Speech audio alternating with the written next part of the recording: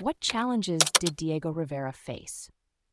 Imagine being an artist with a vision that challenges the status quo. Diego Rivera was just that, and his life was filled with challenges that tested his art, his politics, and his personal life.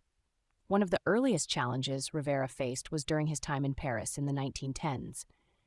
Here, he encountered French xenophobia, which made him feel like an outsider.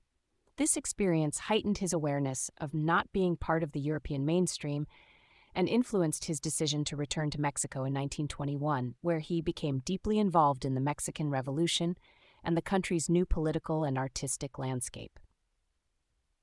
Rivera's affiliation with the Communist Party of Mexico was another significant challenge. He joined the party and began to focus his art on the working class, but this also led to conflicts.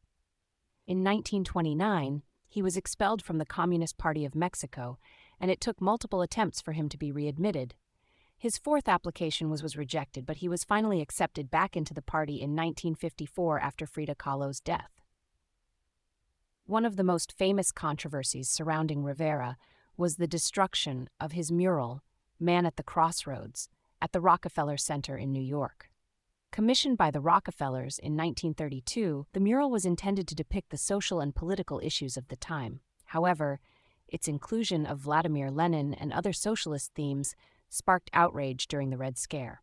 Despite being paid for his work, Rivera was asked to remove the Lenin figure, which he refused, leading to the mural's destruction.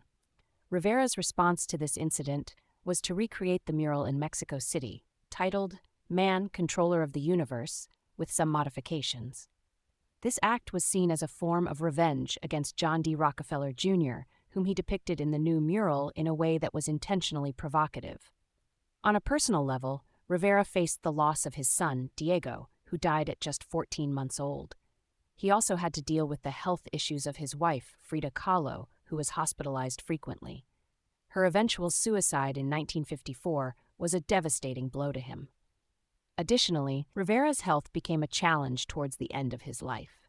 He was diagnosed with cancer and traveled to Moscow for treatment. Despite his poor health, he continued to work, even removing controversial elements from his murals to comply with societal pressures.